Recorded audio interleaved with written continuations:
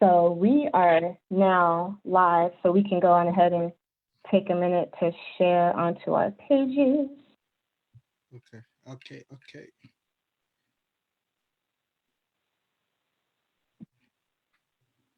Huh. You should be tagged. Okay, okay. It's not. I haven't seen it yet, but let me go. Okay. Yeah. For some reason, I see my Yes. name, but it didn't tag me. But that's all right. Okay, I'll tag you from my. Okay, I see that you were able to share it. Yeah, I found it on the page. Okay. Um, okay, one more.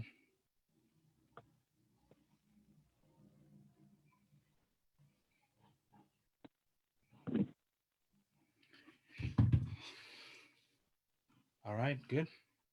You're good. Okay, and I am good. Page one. Well, I'm just about good. All right, I'm good. All right. Mm-hmm. Greetings, Natural We community. I hope you all are well. Welcome to this week's Community Hour of Power. We are so excited to have our guest, Dr. Shingirirai Mavima, and we will introduce him in a minute. But first, I'm going to start with a brief, just mindfulness exercise that we start off with. Today's Tuesday. We've gotten over Monday. I know that sometimes we can feel a little bit zoomed out with everything, but we just want to take a time to just really kind of just focus and bring ourselves into this setting. So, get comfortable. Feel free to close your eyes or keep your eyes open, but just want to start focusing on your breathing and take a breath out and take a breath in and take a breath out and take a breath in.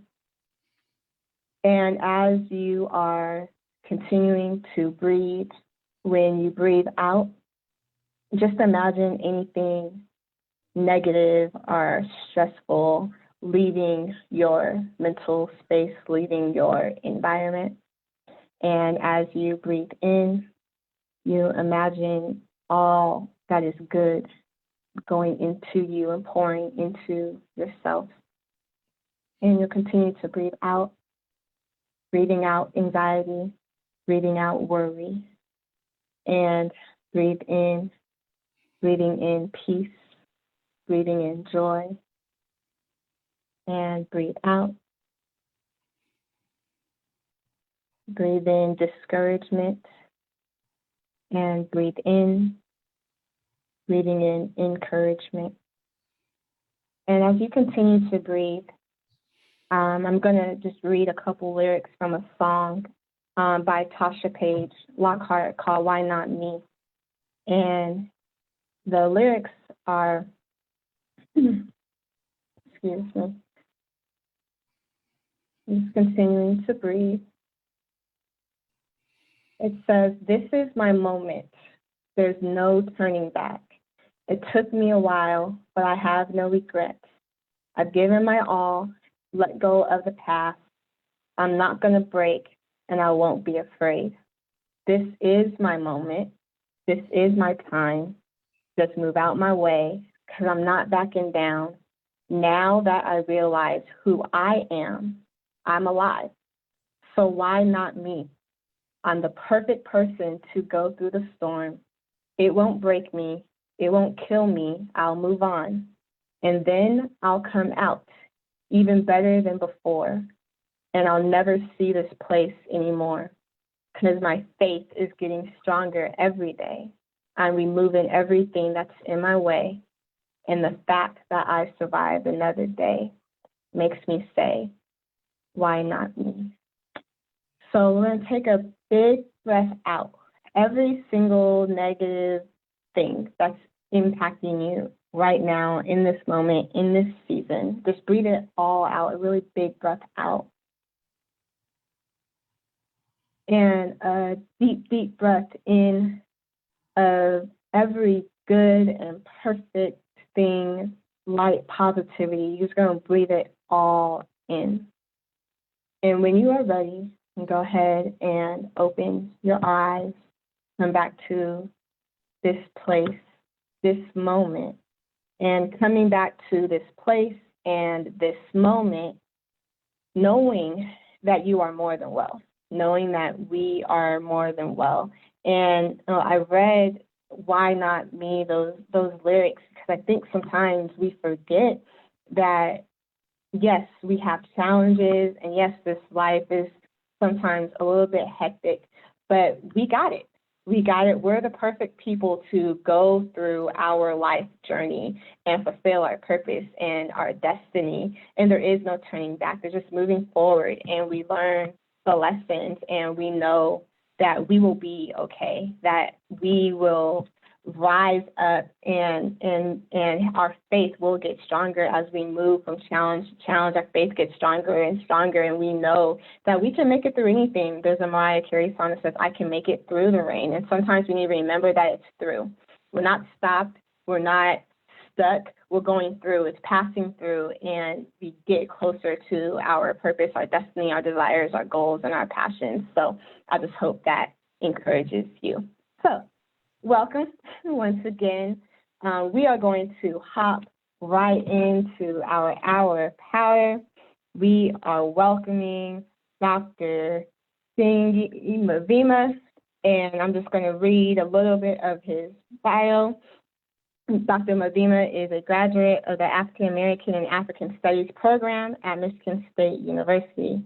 Born and raised in Zimbabwe, Mavima has published 2 poetry anthologies called Homeward Bound and Mirage of Days of Old, as well as 1 novel, Pashana. He is also the co-founder and executive director of Clubhouse International, a nonprofit organization dedicated to working with Zimbabwean primary school students in community building projects. And he is also an assistant professor in the history department at the University of Toledo, Ohio. Dr. Brother Mavima, welcome. Thank you. As you see, I'm excited to have you. And I know it's a little bit late in Ohio, so we're going to jump right in and let you introduce yourself in your own way. Thank you so much. Thank you very, very much. I'm so honored to be here on this platform. I've been following this platform for a couple of months now. And let me just say this before I introduce myself. That exercise we did in the beginning is a lot harder than I thought it is. Breathing, right? But it was only a couple minutes. I felt like we did that for like 15 minutes. So, but I probably have to get used to it, right? It felt really good though. So I really, really appreciate that. I'm glad you liked it. Yeah, the name is Shingirirai Mavima. Like you said, I was born and raised in Zimbabwe. Spent the first part of my life in a city called Mutare. It's the eastern city in Zimbabwe that borders Mozambique. And that's where, when I talk about Pashena, that's that part of life. Then I moved to the capital city, Harare, for high school. After which I moved to the US for college. I attended college in Michigan, Grand Valley State. Then went to Penn State for master's before my doctorate at Michigan State. Yeah, and I'm just glad to be here. At some point, that I think it's now been 9 years. We founded the organization Clubhouse International as a way of giving back to kids in my old neighborhood in Mutare. So we try to stay consistent with that every term. So 3 terms a year since 2012, we've sent at least 10 kids to school in those places at least.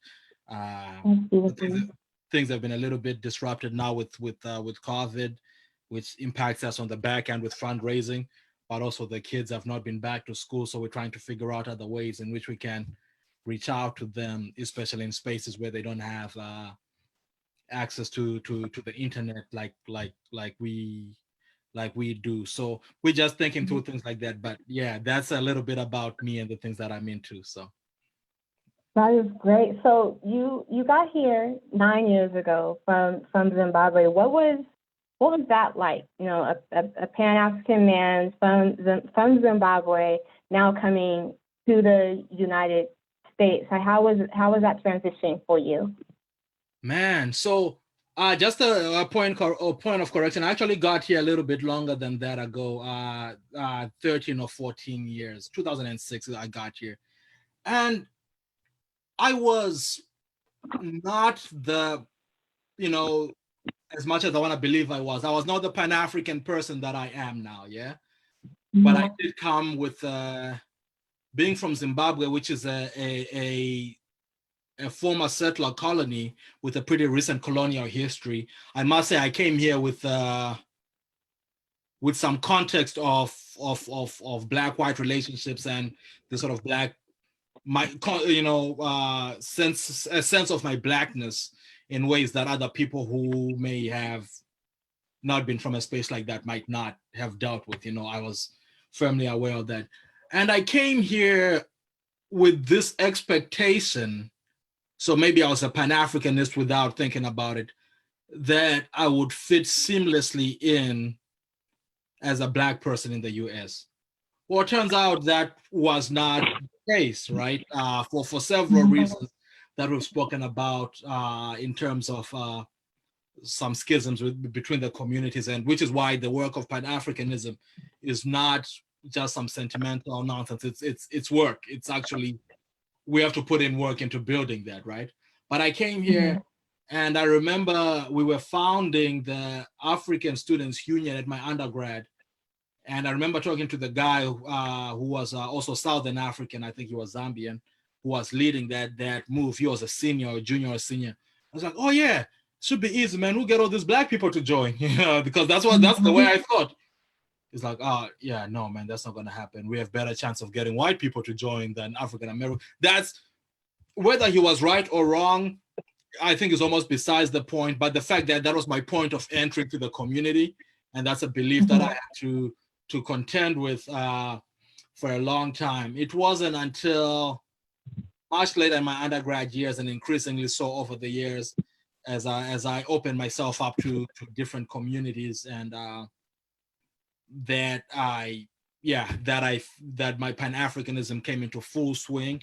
And the beautiful thing about Pan-Africanism, at least as I live it, is it doesn't only feed my relationship with diasporic Africans, if you will.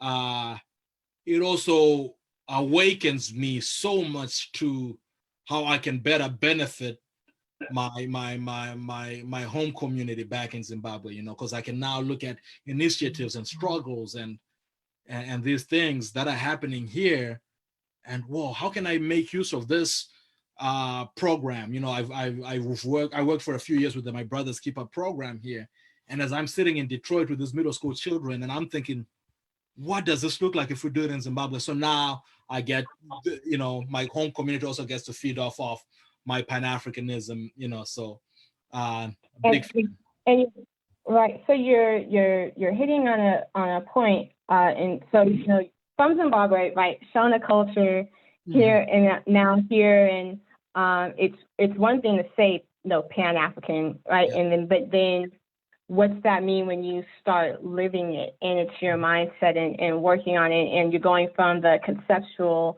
to the praxis, and what that means as you start to interact with Pan Africans and diasporan people and everything. So you're hitting on just a great important point. I just want to let you know real quick that people are greeting you here in the comment section.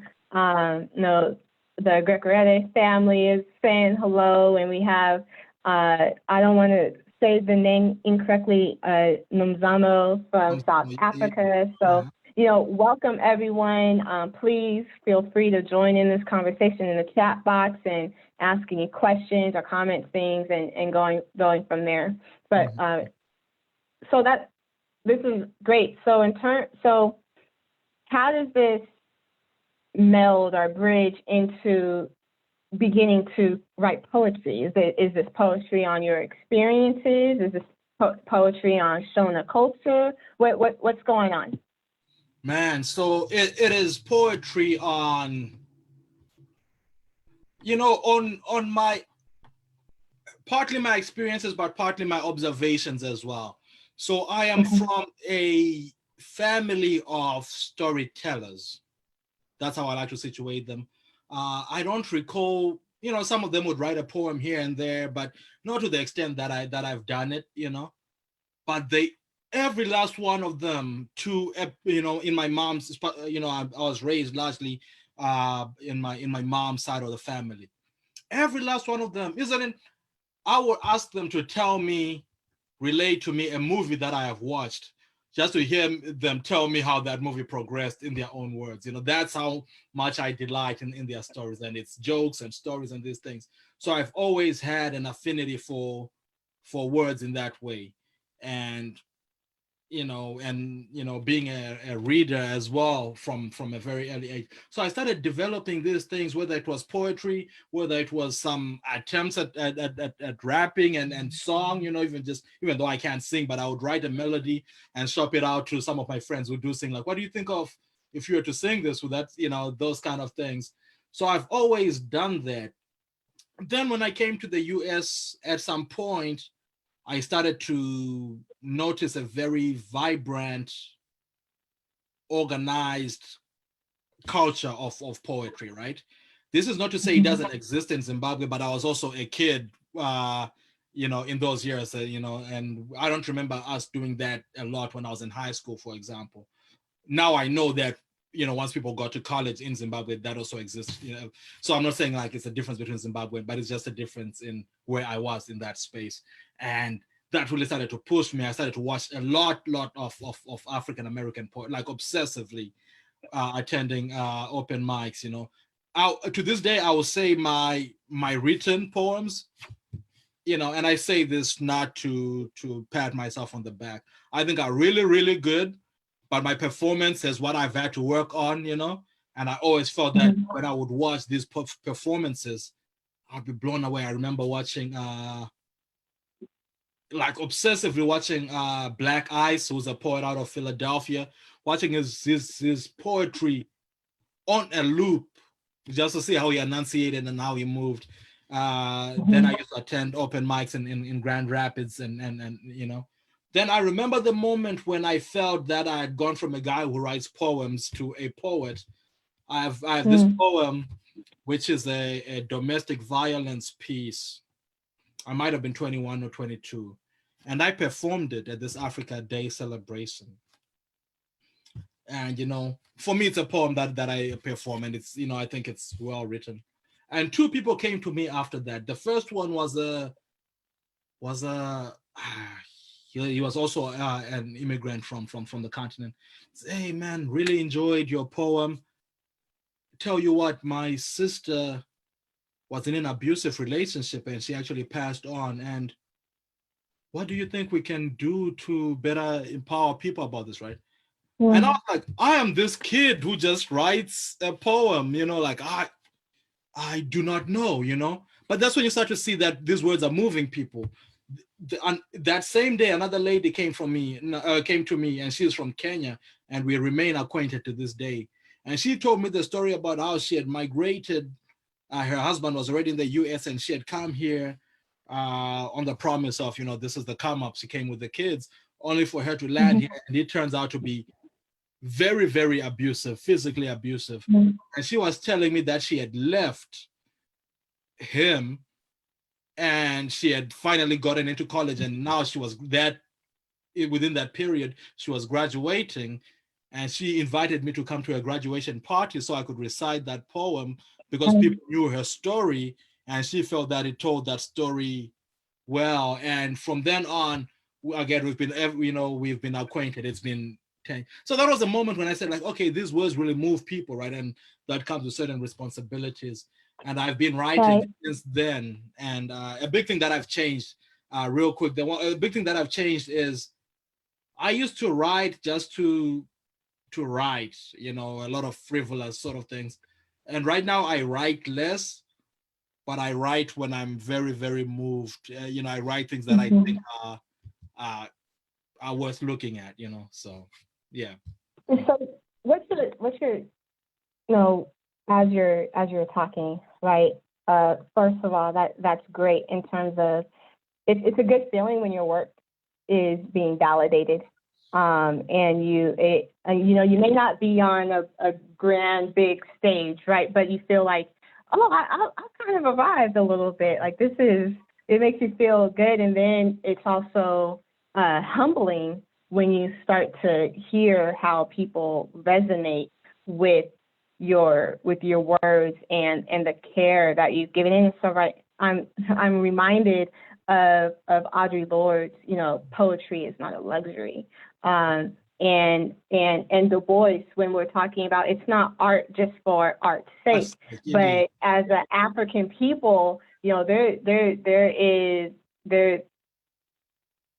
an accountability with our writing. There's a spiritual, cultural component with our writing, and being able to use our writing to motivate and empower.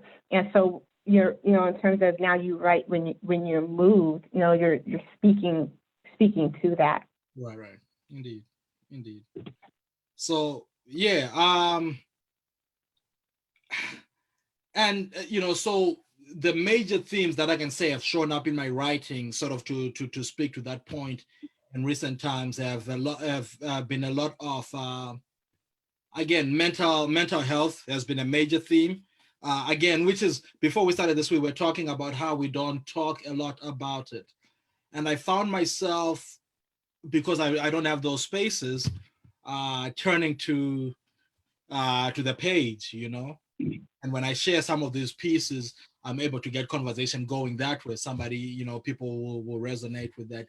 So that's been a major themes of mortality, which I didn't realize I was obsessed with until I did a take of how much that shows up in my, I think it was a friend, or was it my brother or someone who pointed out, it's like, there is a lot of death somewhere in your work. I was like, I never set out for that, but that's just how I feel that stories are told. And it's not in a morbid way, it's just, sort of this circle of life sort of theme. Then also being more consciously political, in a way that is not, and this is not to say like I think it's not good, it's just a stylistic thing, in a way that is very personal, very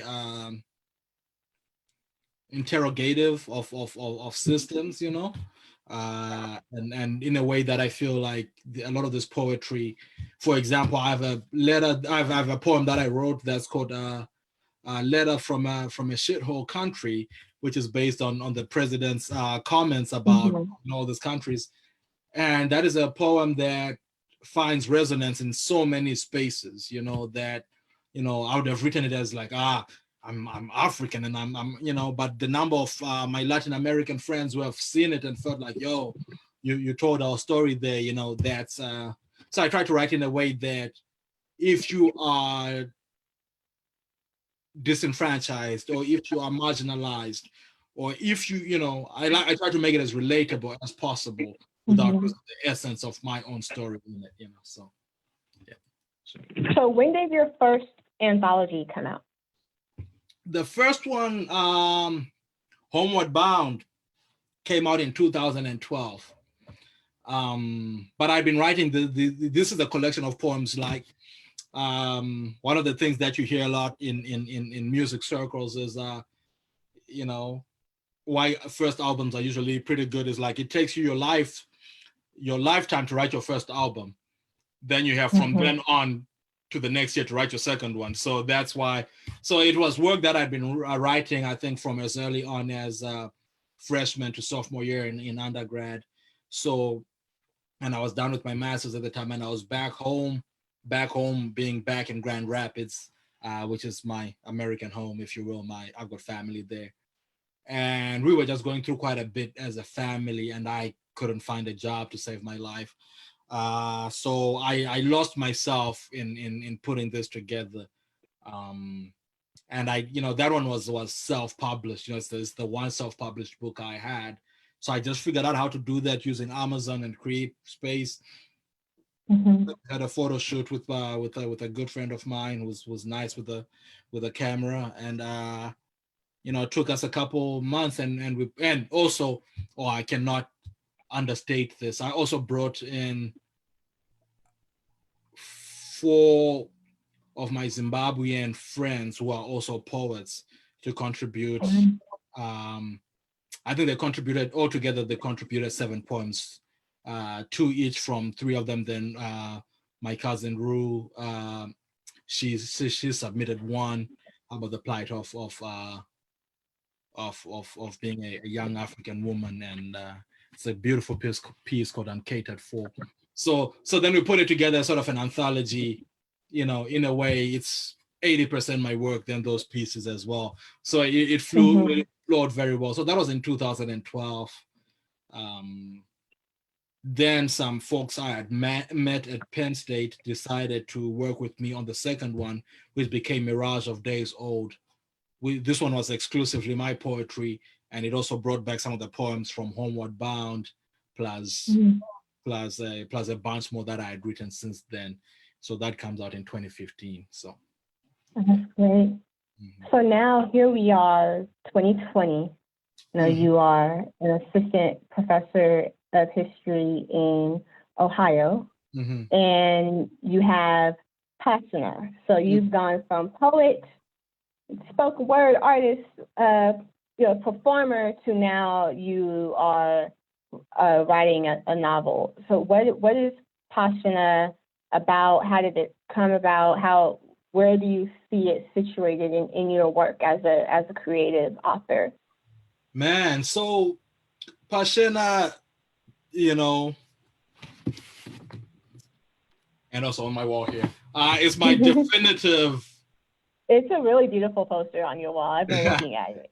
So my little brother blew it up for me as my graduation present last year. So I just got to wonderful. So I'm very proud of it. Yes, so Pasina is, I think that would be, at least at this point, is the one thing that I would love to be defined as the guy who wrote Pasina. It gets me so amped because it is what we call a biomythography, I believe, where it is 90 to 95% the true story of my growing up in Dangamvura Mutare, right? Those few years in the 90s that I lived there. And also 10% that is just molded for storytelling. And once you do that, you can't call it a memoir anymore if you've changed some details for storytelling's sake. So it is that. But it is also not a story about me per se, even though it is told from my vantage point. It is a story about witnessing Zimbabwe shift.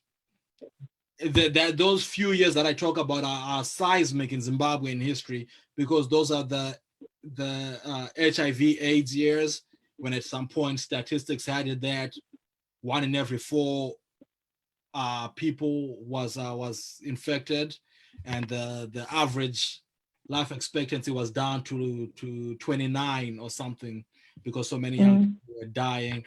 It is also the era of when political corruption was on the rise. So you see inflation begin to kick in and unemployment levels start to rise. So it is a moment, if you look at the current state of Zimbabwe and you try to pinpoint when things went wrong, it is within those years that I write about. But we are these kids who get together. Pashena literally translates to the dirt field. So we are these kids who get together, again, as depicted in the picture here. We get together to play soccer on the daily. But then we are going back to these homes where I've got friends whose parents have died because of HIV and AIDS, and now their household is being led by their 17 or 18-year-old sister, who who also goes through all the things that a 17, 18-year-old, who to us when we were like 9, 10, looked like such a grown person. But now that I'm an adult, I'm like, oh my God, 17 is so young for that sort of thing. We have friends who are whose parents are losing jobs because of all this. We have friends whose parents are in the military, who are being deployed to fight for in the Democratic Republic of Congo, which is now the bloodiest war since the Second World War. So these are the sort of things that we are dealing with from the vantage point of our dirt field. So that is that story. And how do I situate myself within all this? I often say, because when I say those things I'm just talking about not to paint it as a tragedy, but I'm saying that is the situation in which we lived in. But on a very real level, we're just going through our paces. We're getting in trouble because we play soccer on this dirt field. But my grandma hangs her nursing uniforms on the wire close to it. So because we get the dust in the air, it stains it, and we get in trouble for those sort of things. And this sort of things, we just beefing with kids from another street. And why am I saying all this? I don't think there's this expectation that if you're writing an African story, it is a tragedy. It is child soldiers and these things, and starvation and these things. And I'm not here to say those things don't exist. And I think those stories are very, very, very valid, but they are not the only African stories that exist. So I'm here to throw this in and say, if you read this, you'll learn a lot about how I grew up, but you'll also find a lot of things that will remind you of your own childhood. That's because we are just kids. We are not these very distinct alien kids that a lot of times when you read stories from different communities, it's made to feel like we're also just children dealing with the same thing that the children in the Sandlot, for example, were dealing with. And so it's that story, but we in this setting. So, and I do think, and I'll say this last thing, that I was watching an interview with one of my idols, who's Dambudzo Marechera, who's a great writer out of Zimbabwe, since passed on. He passed on in the 80s, but he was a young protege. And he was describing how at the time in the 80s, there were two schools. There were the traditionalists, traditionalist writers who are the likes of Chinua Achebe, Wole Soyinka, Ngugi. Then there were the modernists, to which he belonged. And now, I'm sure if we were to make an extension of that, there is this sort of Afropolitan, global African sort of writers that exist now, where you can tell that they may write of African stories, but they write them from the vantage point of a globalized society, for better or worse sometimes. And I believe that's the school to which I belong, with the likes of Chimamanda and the likes. Not to say I'm on that level of writing, but I'm saying it is within that tradition that I situate myself, indeed. Right. So it's interesting, right? Because you teach history and African American studies and being Pan African studies. A lot of times, our students would say, "Okay, we don't mind learning about ourselves, but we don't want to hear the same old sob story." And Right. So when you're talking in terms of, no, this is an African novel, but we've heard about the child soldiers, and we've heard about this. Where are the other aspects of our people? And it sounds like you're really pinpointing in that. And as you're talking, I'm reminded of different students, different people you've come across and things like that. And one of those, I didn't even know I was poor growing up until someone told me I was poor. I was just hanging out with my big mama and my grandpa, and we going fishing, or we're playing football in the street and getting in trouble, and things like that. And I think it really speaks to the desire and need of our people on a global level to also just talk about everyday life and to talk about our culture and who we are, and about the laugh, as you mentioned, so dirt field and the sunlight, the children are laughing and the joy and things like that. And I think it's just really important. You have a question. Where can we purchase Mirage of Days Old? Ooh, so that one hurts me because Homeward Bound, the first one that I was talking about, that features my other friends, is available on Amazon, and I can share that link. And Pashena is available on both on Amazon, but also, and I'll prefer if you did this on my publisher's website, House Capacity Publishing, and I will tell you about why I prefer that shortly. But Mirage of Days Old is actually not available at the moment because unfortunately that publishing house went under. So I retained the rights to the book, but I just haven't had the chance to get it published somewhere else. Okay. So that's that about Mirage of Days Old.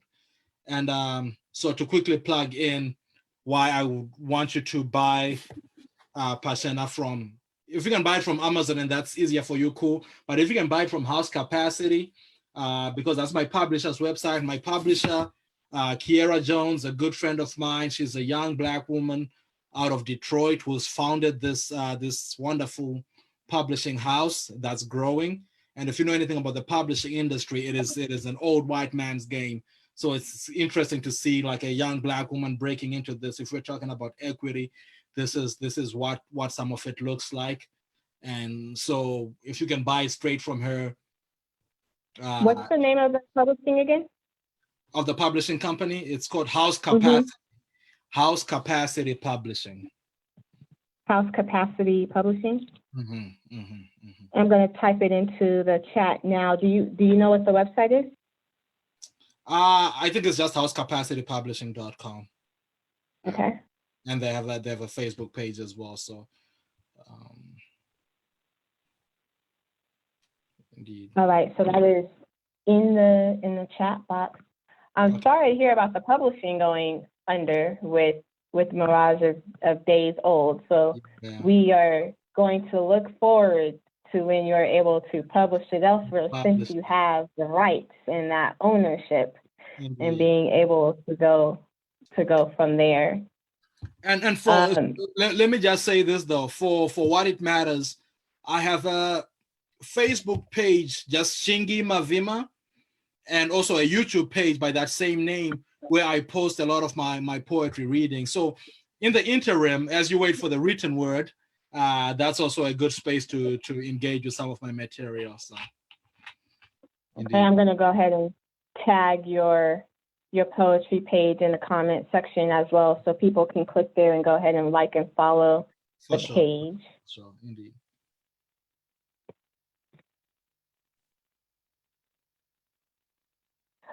So how do you feel, as I'm wrapping up typing, how do you feel your work empower Black African people?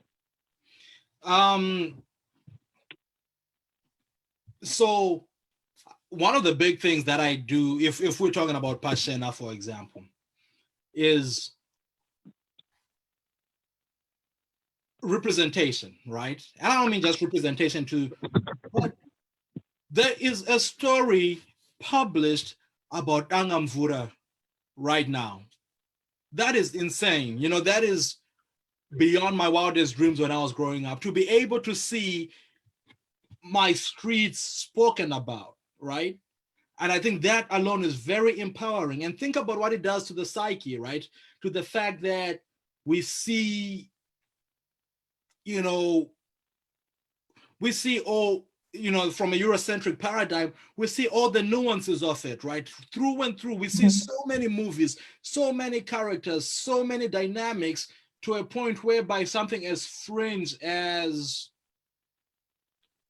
situated within whiteness, something like the Italian mafia, I know so much about just that very specific ethnic subculture, right? And we don't know anything about these large chunks of our own lives, So just to be able to see ourselves in these stories, I think is very, very empowering. is very, very empowering. Secondly, my goal has always been, and even with the nonprofit, has always been to create something that is that you can duplicate. I want somebody to look at this and say, huh, I should write about my own community as well. That's how we grow these spaces, right? That's how we grow. Um, Again, you know, I was having a debate. Sorry, I keep going on this tangent. I was having You a did, you debate did. with some brothers today who were talking about John Lewis and Stokely Carmichael, and they were saying, Stokely Carmichael over John Lewis every day. I'm like, have you noticed that we are the only people who are ever forced to choose between our icons? It's always Booker T or W.E.B., Malcolm or Martin. And at the same time, that conversation never happens. We talk about Ben Franklin and Thomas Jefferson, and I've never heard people say George Washington or Thomas Jefferson. You know, it's like all those guys, they go together, you know? And so I say that to say I want an excess, a surplus of Black stories, of African stories, till all of us see ourselves in one of them, right? So all the Right. stories we spoke about earlier about child soldiers and these things, critical. Keep them coming if that's your experience. But if you're also middle class, you know, Nigerian cat, write that story so we can see it as well. And if you're this kid growing up in the location, as we call it in Zimbabwe, and you play on this dirt field, write that story and let us see you there as well, so that we can really tell our stories in their completion Mhm. as a global Black community, you know? Right. And speaking to that completion, right, bringing up John Lewis and Stokely Carmichael, first of all, Bill Clinton is not our first Black president, so we should already talk about that and stop claiming someone who helped the drug on, Yeah. you know, the war on drugs and put our brothers and sisters in prison anyway. Mm-hmm. But also the disrespect to do it at his funeral, Absolutely. you know. And then I'm just going to read a quote. Mm-hmm. Stokely, you are a warrior because you dared to stand up and speak truth to power. Stokely, you have been guided by what I like to call the spirit of history. You allow the spirit of history to use you. And there is an old African proverb that says something like, if you care, move your feet. You moved more than your feet. You moved your mind, your talents, and your skills as a great organizer and a great teacher. We are a better people and a better nation because of you.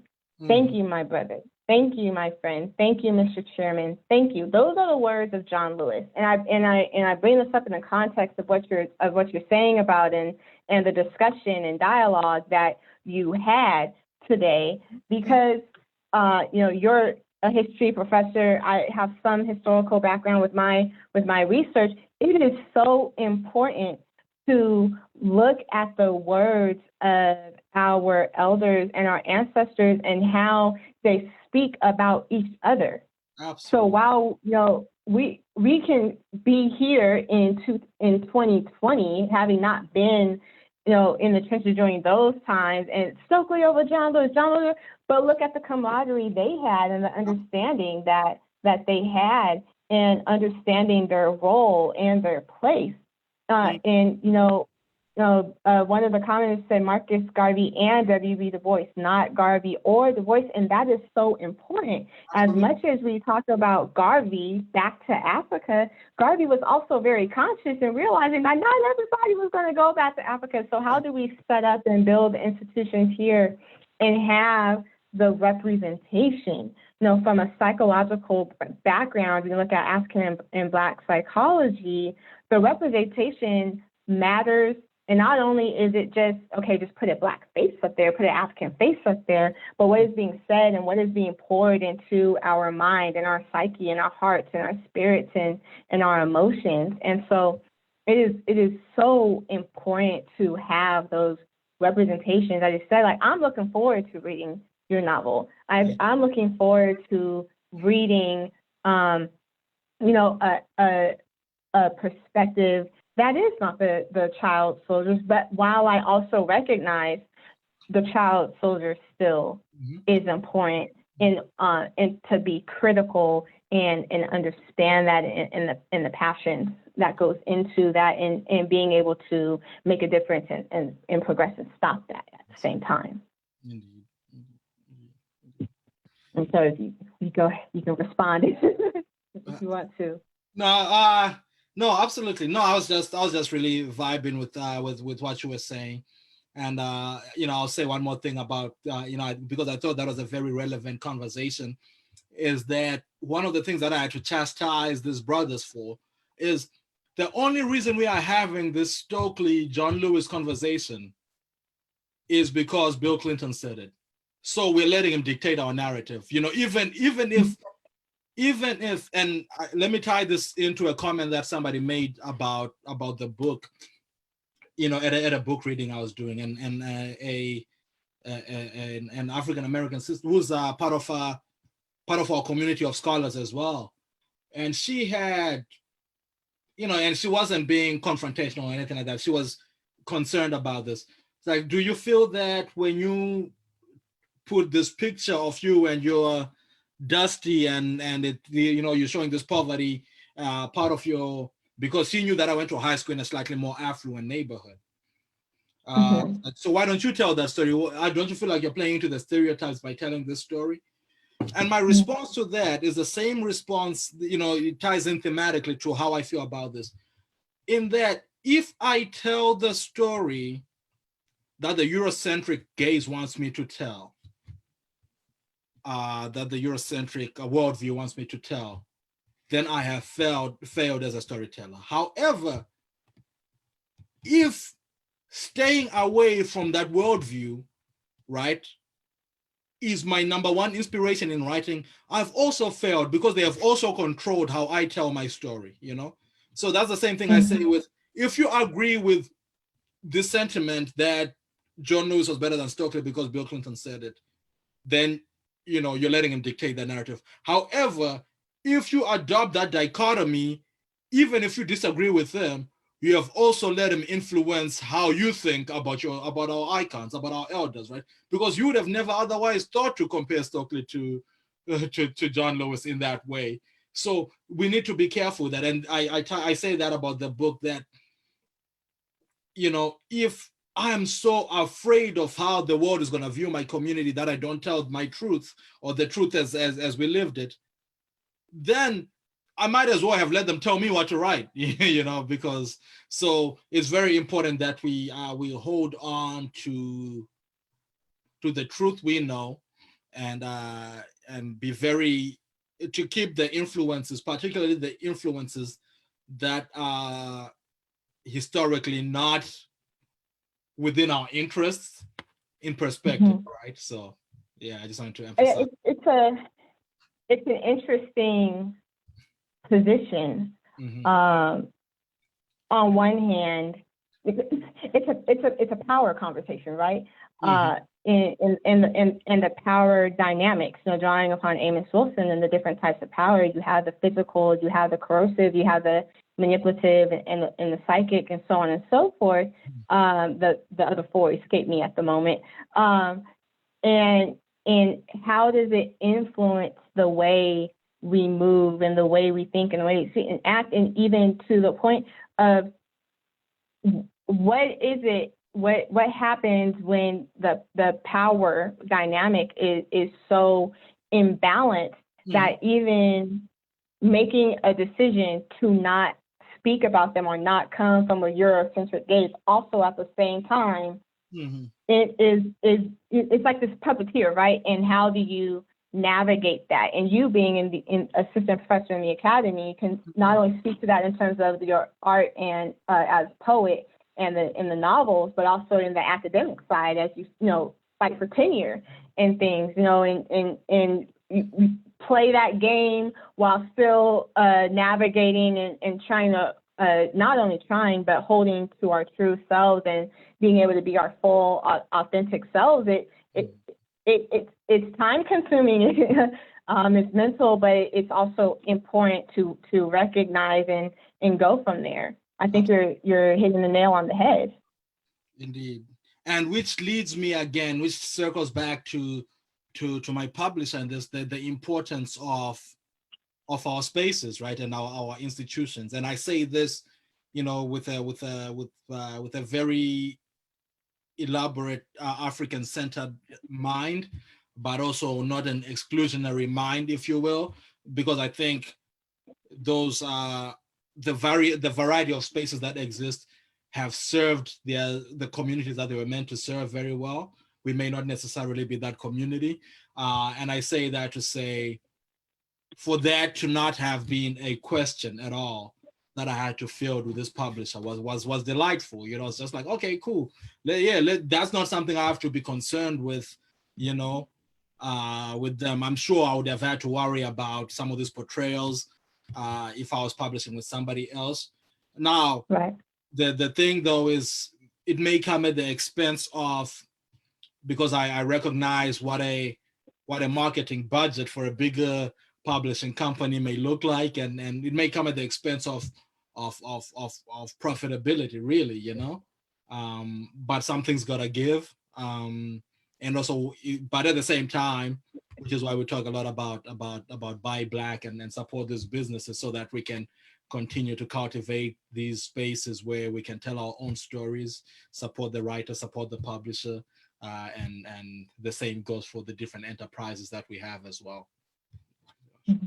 And I think, building an institution with the sister with the publishing company, and you making that choice and not really having to wrestle with it, but making the choice to go through her and being it. That's the way we empower, right? That's the way that we bring that power dynamic back to a place that, we have our agency and we have what we need to do. And so, with your nonprofit, with your books, and choosing the Black publisher, and encouraging us to buy the book through the publisher and not through Amazon, I think is very important. And not only is it very important, but being able to be proud to say that we are doing it. We're in this moment. And it's not just a one day thing, but a daily thing, a lifestyle, like we said earlier, in terms of having a Pan-African ideology and mindset. It's an everyday thing, and being able to support our own. And so Natural We is very, very happy and excited and proud to be able to support you in your endeavors, and being able to talk about your novel and everything. One thing that Natural We will be doing is we will make sure that we highlight your novel in one of our newsletters, and so we can talk about that, and making sure, because this is what community is. When Natural We says Natural We community, we're not just talking about over here in LA, but no, you're in Ohio, right? We as a people, as Natural We, our community, where we are able to learn from each other. I'm excited to learn more about the Sona culture, right? One of our board members, brother Dr. Tavengwa Gregrede, is from Zimbabwe, and so I'm always hitting him up like, and going from there, and it's been great in terms of reconnecting and dialoguing and learning and building, and this is what it's about, and you are a part of that. I'm very confident that your nonprofit is going to figure things out, even with the way things are, and so we're excited to be able to support that. For sure. Thank you so much for that. I want to get this. One sentiment in before we close out. Well, with the nonprofit, I just want to say this: that one of the ways that I found that works very well for us, because I find that a lot of times once you are overseas, we try to claim all the agencies. So I really let my people in Zimbabwe set the agenda. We'll do the fundraising here, and where I can advise, that's because I'm an organizer as well, I can, but I really let them lead the agenda. So I might suggest things like, what do you think about providing masks for the community during COVID? Then they'll Mhm. tell me what's being done and whether that's practical or not. So I think Okay. for anybody planning to do work with communities, whether in Africa or here, make sure you keep their voice the main voice. Don't try to Mhm. impose programs on these communities. That's the first thing I wanted to say. Second thing, shout out to Dr. Gwekwerere, who's a personal mentor of mine. I talk to him on the regular. He actually, and if he's listening, hey, Doc, I'm waiting for that paper that you're editing for me. So, you know, just calling him out. Then finally, let me just say this. I would be remiss if I didn't say this, because you may have seen me tag Zimbabwean Lives Matter a few times. So there's this thing happening in Zimbabwe right now where the government has been cracking down. People have been protesting because the economy and things have been, corruption has really been going haywire. So people have been Mhm. protesting, and prominent figures have been arrested. And it's really been unconstitutional. So prominent journalists, such as there's a gentleman named Hopo Chingono and another person whose name escapes me right now. If you've read, as a writer, I cannot let this slide. There's a writer, Tsitsi Dangarembga, who many of you will be familiar with. She wrote the book Nervous Conditions, which is widely regarded Mhm. as one of the best African books. Really, I think it made the list of the best 200 books ever written by on the BBC. She's fantastic. She was protesting as well, and she got arrested, and other people Mhm. like that. So it's really been, and the crackdown has just been insane. So building off of the energy of the protest around George Floyd, talk about Pan-Africanism, right? Where a lot of Zimbabweans and other Africans also chimed in with the Black Lives Matter hashtag, outraged about that. But now building off of that energy, it's spewing over now to Zimbabwe. So we have the Zimbabwean Lives Matter movement happening right now, and we've been very happy to see our African neighbors, South Africans, actually got that hashtag started, the Zimbabwean Lives Matter, which is incredible. And now I've seen that the likes of Ice Cube have chimed in as well, and other people from the US and the Mhm. African diaspora are chiming in as well. So yeah, real shout out to the Zimbabwean Lives Matter movement, and we are not letting up with this moment of resistance, indeed. Absolutely. And thank you for educating me on it. I saw that you tagged it. And so went on ahead and we tagged it as well and on our Instagram and Facebook, and we will make it a point to stay abreast of what is going on and continue to share and let our people know, our network know what's going on as well. Brother Dr. Tavengwa said, much love, family. I'm still reading your paper, Dr. Mavima, be done soon. Much love, back to you, Brother Tavengwa. We love you. But yes, thank you so much. And we have a couple comments in the chat box that is saying Zimbabwean lives matter, because they do. And so thank you so much for educating on that. Thank you for being our guest. Before I give a couple updates, do you have any last words? No, thank you so much for having me here. And yeah, this is an incredible platform, and I look forward to seeing it continue to grow and thrive. Indeed. Thank you. And, I look forward to when we see each other at a conference again. All From right, there, right. all of those things. But thank you so much. This has been an honor and a privilege. We appreciate you coming in at 9 p.m. in Ohio. And thank you everyone who has watched, is watching, will watch. We appreciate the support. Thank you for those who contributed to our community feeding fundraiser. We were able to raise over $700 that will go towards continuing to feed the community in partnership with Project Feed the One and New Providence Baptist Church. Our next community feeding is August 15th at New Providence Baptist Church from 11 to 1. Some very, very exciting news. Thank you to Pastor Quentin McKinney, who was able to really orchestrate being able to, not only will we be feeding a meal on those Saturdays, but we will also be providing groceries for families. So we will be able to provide groceries for families. One box feeds a family for 1 week. So August 15th, 11 to 1 at New Providence Baptist Church, we will be physically distancing. So we'll just hand the box in, make sure you're in your mask. But thank you. And we'll be back next Tuesday with our Community Hour of Power with Dr. Shanika Bullens. This will be a very important Community Hour of Power as we talk about how do we support our students, our children, our youth in this time of distant learning. We already know that oftentimes there is a achievement gap. And now with online learning and distant learning, how do we ensure that our children get the education and the math skills and the reading skills and everything that they need?